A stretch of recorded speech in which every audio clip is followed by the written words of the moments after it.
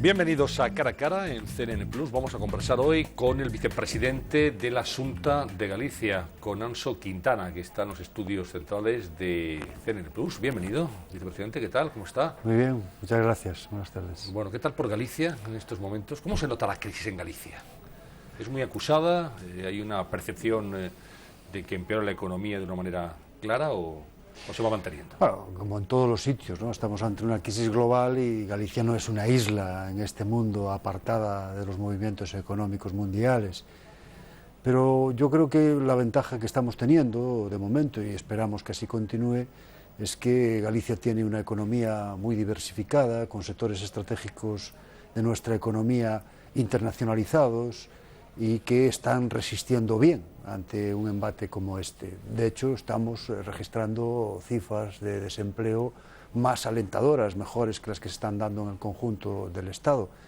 Y desde el gobierno gallego, que no tenemos competencias para evitar que en Galicia haya crisis, pero sí tenemos autogobierno y competencias para poner en marcha mecanismos que permitan paliar la situación lo máximo posible, y en eso estamos empeñados. ¿Dónde están los puntales de la economía gallega?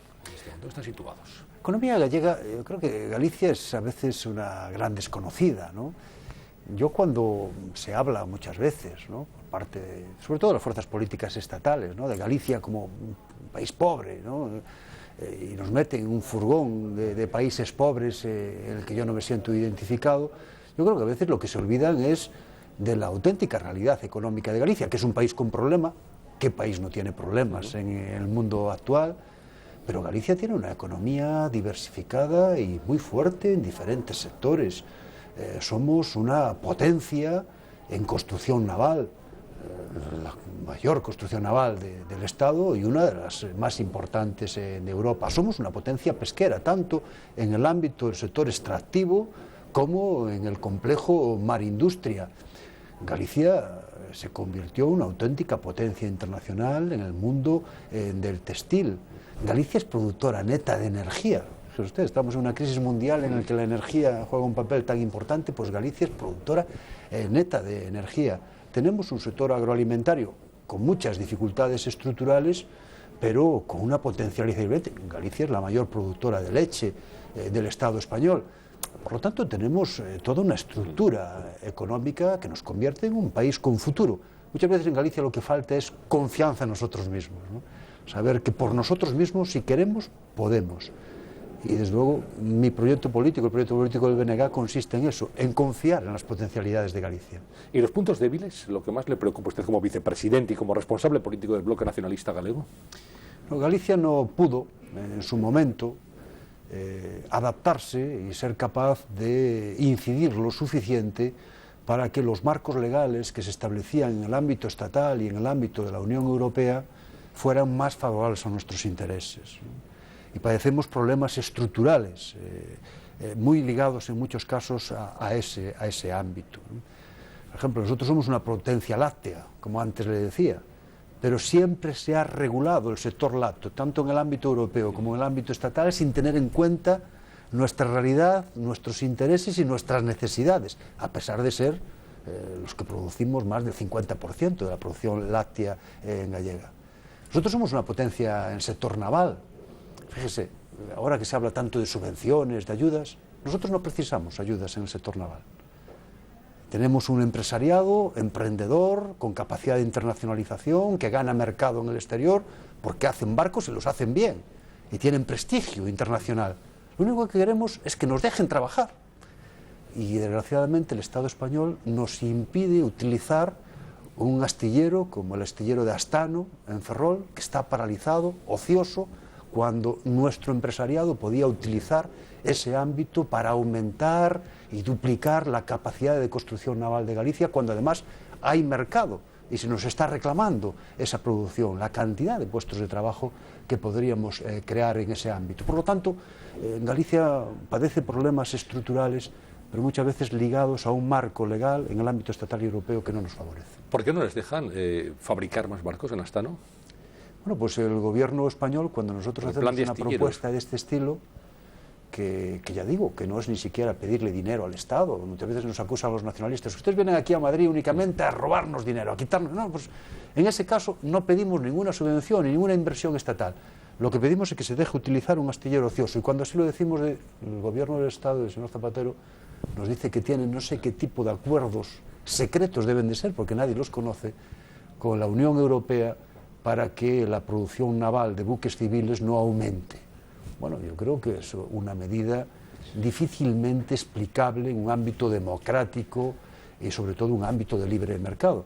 Pero esa es la realidad y es la única razón que se nos da. Bueno, ahora que habla del presidente del gobierno, sus relaciones son las suyas y las de su partido, las del Bloque Nacionalista Galego, son bastante buenas, por lo que vemos, porque gracias a ustedes y al PNV, Zapatero, su gobierno, han salvado los presupuestos generales del Estado. Han sido votos preciosos, digamos, fundamentales. Nosotros intentamos llevarnos bien con todo el mundo, ¿no? Todo el mundo que quiere llevarse bien con nosotros, seguro que se acaba llevando bien, ¿no? Es una fuerza política de principios. Yo creo que los proyectos políticos tienen que tener alma, ¿no? Además de propuestas, alma. Si no, la política se convierte en un mercadeo poco atractivo, ¿no? Nosotros somos una fuerza política con principios, con alma, pero una fuerza política dialogante y que quiere tener una participación constructiva en la política estatal. Y es cierto que hemos llegado a un acuerdo para aprobar los presupuestos, que yo creo que es un acuerdo muy interesante. Es un acuerdo importante porque, por un lado, nuestra colaboración permite que el gobierno del Estado tenga unos presupuestos en un momento difícil de crisis como este. Yo creo que hay que ejercer la responsabilidad política en un momento como este, pero además de eso conseguimos que esos presupuestos tengan en cuenta a Galicia. Demostramos que no es incompatible una cosa con la otra, que pueden ser unos buenos presupuestos para el Estado y que Galicia puede estar presente. Pero, digamos, en términos que ha utilizado el PNV, la tajada que saca el BNG, en este caso para Galicia, son 125 millones de euros adicionales que no estaban presupuestados. La palabra del amigo Ercoreca hizo fortuna. Ha hecho fortuna, ¿no? Sí. Hizo fortuna. Quizá por lo gráfico, ¿no? Sí, yo creo que... Él lo dijo muy claro, amigo, si sacamos tajada apoyamos, si no, no. El amigo Ercoreca utilizó una expresión coloquial, ¿no?, para intentar ser lo más didáctico posible. Yo no lo explicaría así, yo lo explicaría desde una perspectiva de responsabilidad y desde la necesidad de que Galicia pueda participar en la conformación de la voluntad colectiva del Estado. Hemos efectivamente conseguido para Galicia una inversión histórica, pero tengan en cuenta una cosa: el Estado español no se inventó hace 3 años, hace muchos años que se hacen presupuestos generales del Estado, y nosotros durante muchos años en Galicia, cuando gobernaba el señor Aznar, los presupuestos del Estado para Galicia recogían a veces no más de 400 o 600 millones de euros de inversión. Evidentemente con eso Galicia arrastraba un déficit histórico en infraestructuras que ahora estamos intentando paliar. Por lo tanto, lo que recogemos ahora no es robarle a nadie, sino ir poco a poco intentando corregir déficits históricos que Galicia padece y que no merece. Por ejemplo, el poder viajar a Galicia en tren de alta velocidad. Esto es algo, en fin, que es una aspiración no ya del gobierno gallego y de su partido, el BNG, sino de cualquier ciudadano que viva en Galicia o que trabaje en Galicia. ¿Cómo va el plan del AVE para Galicia? ¿Está, digamos, de acuerdo con el calendario marcado, a satisfacción de los responsables de la política gallega o no? Bueno, el señor Zapatero se ha comprometido a que la alta velocidad llegue a Galicia en el año 2012. Yo le tengo que decir que el 75% de los gallegos no se lo cree, ¿no? Pero eso no se lo creen porque no creen al presidente, o porque son desconfiados de por sí. Yo creo que no. Yo no tengo por qué desconfiar de la palabra del presidente y soy gallego, ¿no? No, la gente no lo cree porque son muchos años de incumplimientos y porque el año 2012 está ahí a la vuelta de la esquina, ¿no? Y esa es una inversión importante. Por eso nosotros en el acuerdo, además de colocar 125 millones de euros a mayores de inversión para Galicia, hemos acordado otra cosa que yo considero importante, que es la puesta en marcha de una comisión institucional de seguimiento de las inversiones en Galicia.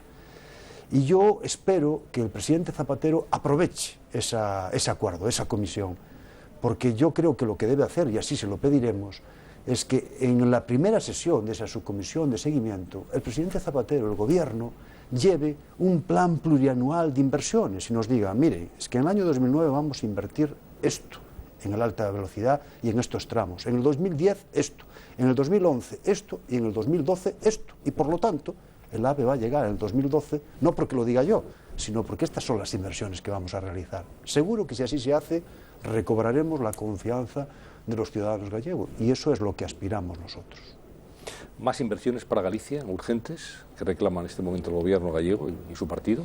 Bueno, yo creo que en un momento de crisis hay tres ámbitos en los que debemos de trabajar intensamente, ¿no? Yo creo que es necesario aumentar el gasto público. Yo no estoy de acuerdo con esas teorías que ante la crisis lo que nos proponen es disminuir el gasto público. Yo creo que es el momento de hacer inversión pública para asegurar empleo y para asegurar la generación de riqueza en un momento difícil por esto, como estamos viendo. Por esto es importante. Hay un segundo ámbito, que es el de la economía productiva. Yo creo que es el momento de apostar por la economía productiva, y ahí nosotros ya no es tanto un problema de inversión, sino de que nos dejen trabajar, con medidas, como antes comentábamos, alrededor del sector naval o alrededor del sector lácteo, para nosotros importantísimo. Y creo que es el momento de hacer política social.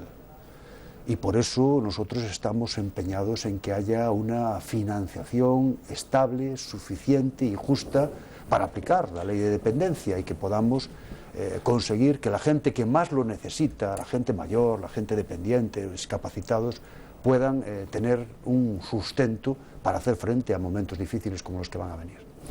Usted, señor Quintana, trabaja en Santiago de Compostela. Sí, allí está la Xunta de Galicia. En el Palacio de San Caetano. Ahí tiene usted su despacho. Bueno, ¿es verdad que en el área de presidencia de la Xunta de Galicia se han gastado 2 millones de euros en adecentar despachos, según ha publicado anteayer el diario ABC? Hace 3 años, ¿no? Ahora yo creo que esto de la inmediatez de las noticias creí que aún seguía siendo un valor en periodismo, ¿no? Entonces, claro, esto se produce hace 3 años, y hace 3 años lo que remodela el presidente y el área de presidencia en San Caetano no es el despacho del presidente, es toda un ala del edificio, consta de 3 pisos, ¿no? Y entre ellos el despacho del presidente. No sé el valor final de estas obras, posiblemente estén cerca de esa cantidad. Fue hace 3 años, el Partido Popular pidió explicaciones, se le dieron todas las explicaciones del mundo, y ahí quedó el asunto. Y ahora se desentierra y se intenta presentar desde otra perspectiva. En cualquier caso, yo lo que tengo que decir es que los responsables públicos siempre, pero más en un momento como este, estamos obligados a actuar siempre con una utilización de los fondos públicos austera y eficaz. Estamos obligados a ello. Y además estamos obligados a actuar con transparencia. Yo creo que la oposición está en su derecho de pedir toda la información que consideren. Esa es no solo su derecho, sino su obligación, y el gobierno dispuesto siempre a darla. Y desde luego en el código genético del gobierno gallego está la transparencia, y así lo hemos hecho siempre. Yo creo que al lado de esas obligaciones del gobierno también debe haber una obligación de la oposición de no utilizar la demagogia para temas tan sensibles como estos que preocupan a la gente.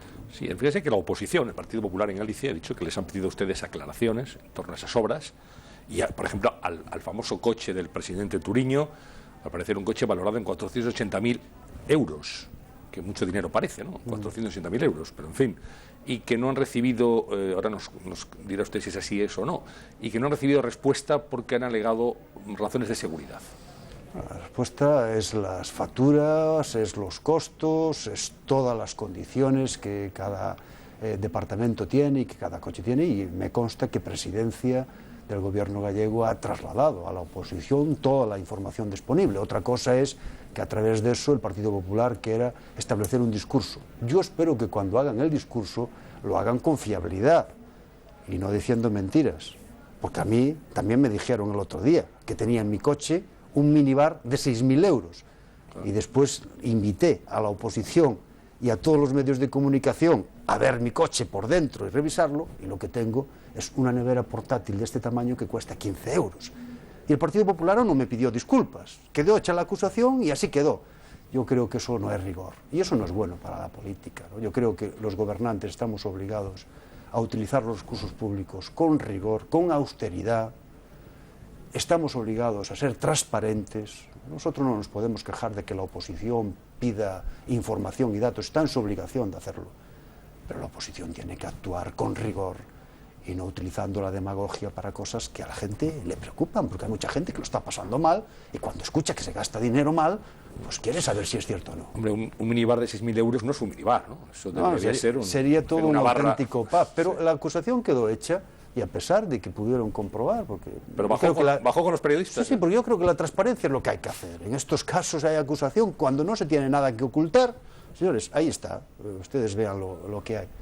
Aún no recibió una disculpa del Partido Popular, digamos, nos equivocamos, nosotros pensamos que era así, no, quedó hecha, y si no se llega a actuar con transparencia, pues aún estaría la acusación circulando por ahí adelante. Yo espero que todas las acusaciones que haga el Partido Popular no sean tan poco rigurosas como esta. Aunque no es suyo, lo del coche del presidente Turiño, ¿corresponde a esta cantidad que se ha difundido? Lo desconozco, pero supongo que un coche blindado tiene un precio alto y los coches de los presidentes autonómicos son coches blindados. No creo que se deba a ningún tipo de lujo, sino a unas características especiales de un coche que necesariamente tiene que ser blindado, ¿no? Que más o menos se ha contado también que tienen ustedes un parque automovilístico importante. El que nos dejó el Partido Popular.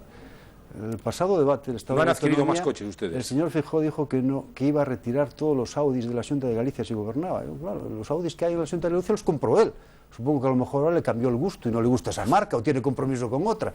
Lo veo un tanto absurdo, ¿no? ¿No han comprado ustedes más coches entonces? Se compran coches en el parque móvil cuando, como es lógico, los coches tienen la vida útil que tienen y si alguna se acaba hay que reponerlo, pero nada más. Pero no han aumentado el parque, digamos. Son los que el señor Feijóo tenía, pero si estuvo 16 años en el gobierno, es que parece mentira. Bueno, no era el señor Feijóo, era realmente fue Manuel Fraga. A veces también el señor Feijóo quiere trasladar la idea de que él no estuvo en el gobierno. Él fue vicepresidente del gobierno del señor Fraga. Ocupó su cargo, por cierto, sí, al final, ¿no? Del mandato de Manuel Fraga. Bueno, hablábamos antes de la crisis. ¿Está de acuerdo el Bloque Nacionalista Galego con el plan del gobierno de rescatar de los bancos activos de buena calidad para poder inyectar dinero y de esa manera aumentar la liquidez?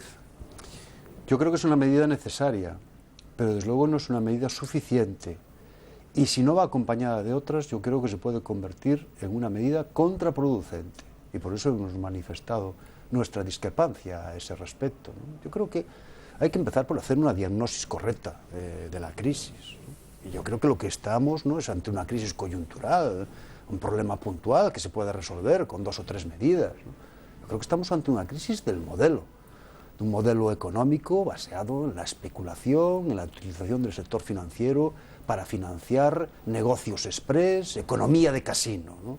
Yo creo que tenemos que ir a otro modelo económico, un modelo económico en el que se proteja el trabajo duro, en el que se proteja la economía productiva y en el que el sector financiero esté precisamente para financiar proyectos económicos de desenvolvimiento, de desarrollo y de creación real de riqueza, de trabajo real. Es el momento de hacer ese cambio de modelo. Y claro, yo creo, que ahora hay suficientes datos como para que consideremos todos que se acabó aquel mito de lo público es malo y lo privado es bueno, ¿no? Nos hemos cansado de ver consejos de administración de los bancos exhibiendo, incluso de manera obscena, beneficios multimillonarios y diciendo que era gracias a su profesionalidad y su autonomía, que al gobierno cuanto más lejos mejor. Y ahora son los fondos públicos los que tienen que ir al rescate del sistema financiero.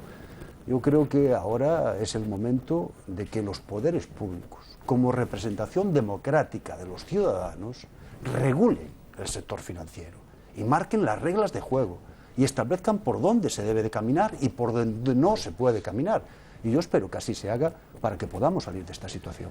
Y debemos conocer los ciudadanos, creo que debemos conocerlo, el destino de esas ayudas a la banca en forma de compra de activos de excelente calidad, como se ha dicho, en fin, con plenas garantías, etcétera, pero sabe que algunas voces en el sector bancario dicen, bueno, que esto se haga, pero sin que se diga a qué entidades bancarias va destinada esa ayuda. Francamente, me parece el colmo, ¿no? Me parece el colmo y parece algo inaceptable, ¿no? Que no solo debemos de conocer hacia dónde van, sino que debemos de exigir que el gobierno marque los mecanismos que regulen el sector en el futuro y que haya una intervención pública que asegure que los fondos públicos y el sistema financiero va a actuar en la dirección correcta. Si lo único que hacemos es inyectar liquidez al sector financiero, Yo creo que es como la situación de una persona que tiene una herida profunda, está sangrando abundantemente y lo único que hacemos es ponerle una transfusión de sangre. Sin duda estamos manteniéndolo con vida con la transfusión, pero el problema continúa y lo único que haremos será aumentar el problema. Lo que hay es que suturar, lo que hay que ir a otro modelo. Y eso es lo que creo que se debe de hacer y esperamos que se haga. ¿Podría haber, señor Quintana, fusiones de cajas de ahorros en Galicia o de entidades bancarias? En Galicia en este momento hay 2 cajas de ahorro, ¿no? A veces, desde una perspectiva que en Galicia somos muy dados, a decir, es que nosotros los gallegos, el minifundio, 2 cajas, bueno, en Cataluña tienen más de 10, ¿no? Que no es una situación única en Galicia. Y posiblemente en el futuro una buena opción sería que hubiera una única caja. Yo creo que ese es un proceso que deben hacer de las propias cajas. Y no lo considero en este momento urgente, ¿no? Sería bueno, pero para mí no es lo más urgente. Lo más urgente, y es lo que nosotros propondremos y estamos proponiendo ya, es una nueva ley de cajas en Galicia. Una nueva ley de cajas para que haya una auténtica coordinación entre el gobierno y las entidades financieras y que tanto el gobierno como las entidades financieras nos coloquemos en la misma dirección para apoyar la economía productiva, que es lo que realmente hace falta en Galicia. El gobierno tiene la obligación democrática, como representante de los ciudadanos, de marcar objetivos económicos. Y el objetivo económico de Galicia está ligado a la promoción de la economía productiva. Y el sector financiero tiene que acompañar al gobierno en esa labor. Y eso no se puede hacer únicamente por voluntad coyuntural. Hay que hacerlo porque haya un marco legal que nos obliga a todos a hacerlo. Bueno, elecciones en Galicia, elecciones autonómicas en el mes de marzo, según todas las previsiones.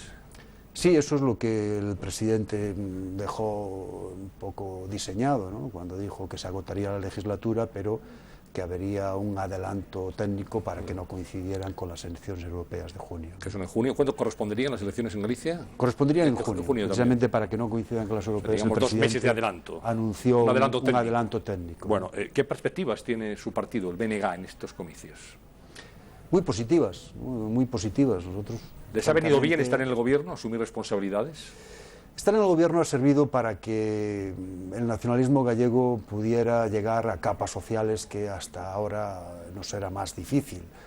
Yo creo que hay mucha gente en Galicia que antes conocía al BNG de oídas, ¿no?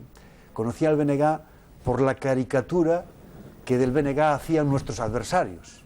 Y ahora esa gente conoce al BNG directamente. Conoce el BNG directamente porque el BNG está en el gobierno y conoce la política social que hace el BNG, la política de vivienda que hace el BNG, la política industrial y la política energética que hace el BNG, la política que el BNG hace en el medio rural o en el ámbito cultural. Y dice, pues ofrecen soluciones. No es nada raro, ni esto va a causar ningún problema, sino que resuelven problemas.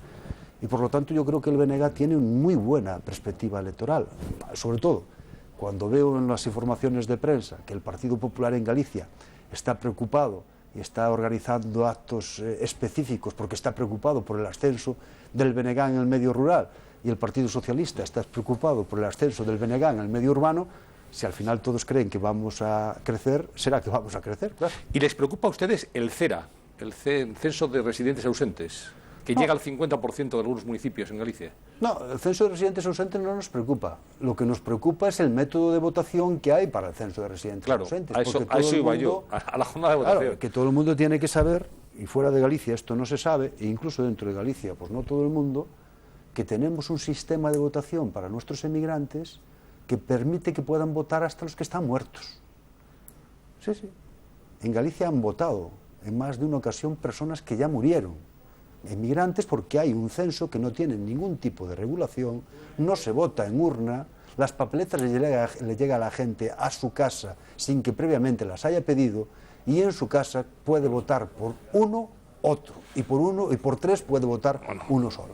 Esa es la realidad y es una situación antidemocrática escandalosa. Yo sé que dicho así, habrá gente que nos esté escuchando y dice, este señor está exagerando. Está hablando de algún país. Está exagerando, está hablando de Uganda o de, no sé, de algún partido, de algún país sin tradición democrática. Pues no, esto es lo que está pasando aquí. Y está pasando desde hace ya muchos años. Por eso nosotros hemos planteado un cambio de la legislación para que los emigrantes voten en urna y con las mismas garantías democráticas que se vota aquí, en Galicia. esperemos que el gobierno resuelva esta situación, porque es un escándalo antidemocrático imposible de justificar. Para ustedes, si se dan las circunstancias, en las urnas, después de la votación, ¿repetirían el pacto de gobierno con el PSDG de Pérez Touriño? Yo creo que primero eso lo tienen que decir los ciudadanos, ¿no? Nosotros no somos una fuerza política con vocación de complementar a ninguna otra, ni nos vamos a presentar a las elecciones diciendo no, nosotros somos nosotros más la suma de otros. Nosotros tenemos un proyecto propio, nosotros vamos a presentar ese proyecto a los ciudadanos, nosotros creemos que es el momento para que Galicia tenga un presidente nacionalista, y ese es el proyecto que vamos a presentar y para el que vamos a pedir apoyo. Si después de las elecciones no hay mayorías absolutas, porque así los ciudadanos lo deciden, el BNG actuará como siempre con responsabilidad para que haya un gobierno mayoritario y estable. Y en esa circunstancia el PSOE y el BNG tienen cierta ventaja, porque tienen una práctica de diálogo, de ser capaces de llegar a acuerdos, y en cambio el Partido Popular tiene la práctica contraria, de ser incapaz de dialogar, de ser incapaz de llegar a acuerdos, y por lo tanto parte con desventaja. Sí, mucha desventaja, porque el Partido Popular en Galicia o gana por mayoría absoluta o no gobierna. Claro, eso es un poco, y la mayoría absoluta está lejos para todos, pero más para el Partido Popular. Muy bien, pues llegamos hasta aquí, ya hablaremos de las elecciones antes de marzo, pero hoy hemos hecho un repaso de cómo está la situación de Galicia, la situación general del país, hablando sobre todo del ambiente económico y de la crisis, cómo afecta a sectores sensibles de la economía gallega, y también conocer su opinión acerca de cómo se está gestionando desde el Gobierno de España. Muchas gracias, señor Quintana, por haber estado con nosotros, y hablaremos de elecciones cuando toque. Muchas gracias, cuando ustedes quieran. Muchas gracias. Bueno, pues Anxo Quintana, vicepresidente de la Xunta de Galicia, del Bloque Nacionalista Galego, con nosotros y con todos ustedes aquí en Cara a Cara de CNN+. Mañana les esperamos también con un personaje de actualidad a esta misma hora. Muchas gracias.